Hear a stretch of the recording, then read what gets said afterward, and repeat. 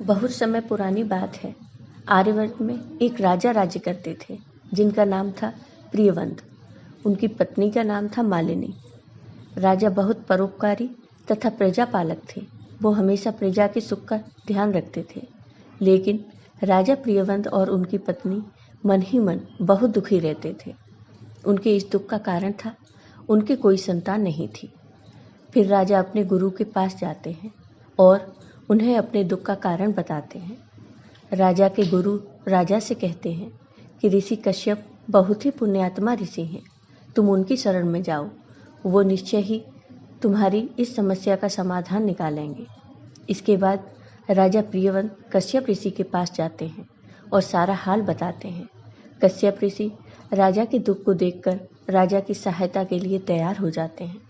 कश्यप ऋषि कहते हैं, राजन, तुमको पुत्र प्राप्ति हो सकती है, इसके लिए मैं तुम्हारे लिए पुत्र कामेष्टि यज्ञ करूंगा। तब महर्षि कश्यप ने संतान प्राप्ति के लिए पुत्रेष्टि यज्ञ कराया।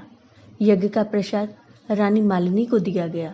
यज्ञ के पुण्य के प्रभाव से कुछ समय बाद रानी गर्भवती हुई। समय बीतता है, फिर रानी के पुत्र जन्म लेता है, लेकिन वह पुत्र मर जाता है।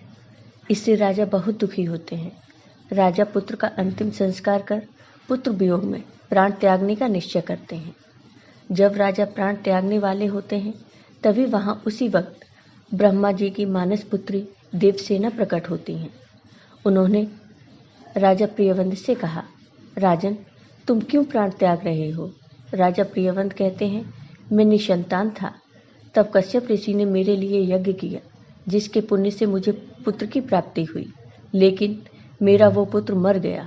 अब मैं जीना नहीं चाहता। तब देवसेना कहती हैं, राजा, निराश मत हो, मैं तुम्हारी सहायता करूंगी, तुमको पुत्र प्राप्त होगा। तब राजा ने कहा, आप मेरी कैसे सहायता करेंगी? तब देवसेना ने राजा प्रियवंत से कहा, राजन, मैं देवसेना हूँ। मैं परम पिता ब्रह्मा की मानस पुत्री हूँ। मैं सृष्टि की मूल प्रवृत्ति के छठे अंश से उत्पन्न हुई हूँ, इसलिए मेरा नाम षष्ठी भी है।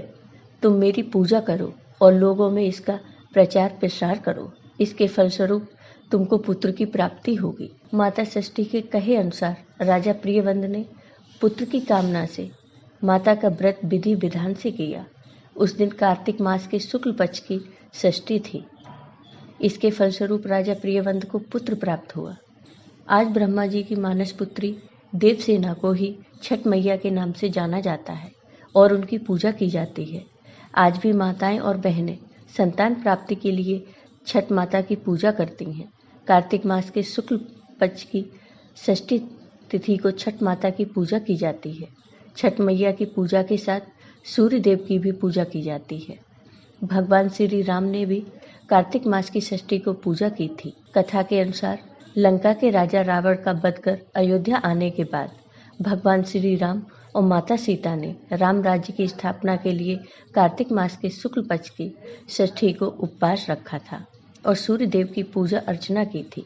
कार्तिक मास की षष्ठी तिथि से छठ की शुरुआत हो जाती है। यह पर्व 4 दिन चलता है। चौथे दिन सूर्योदय के साथ इस छठ पर्व का समापन होता है।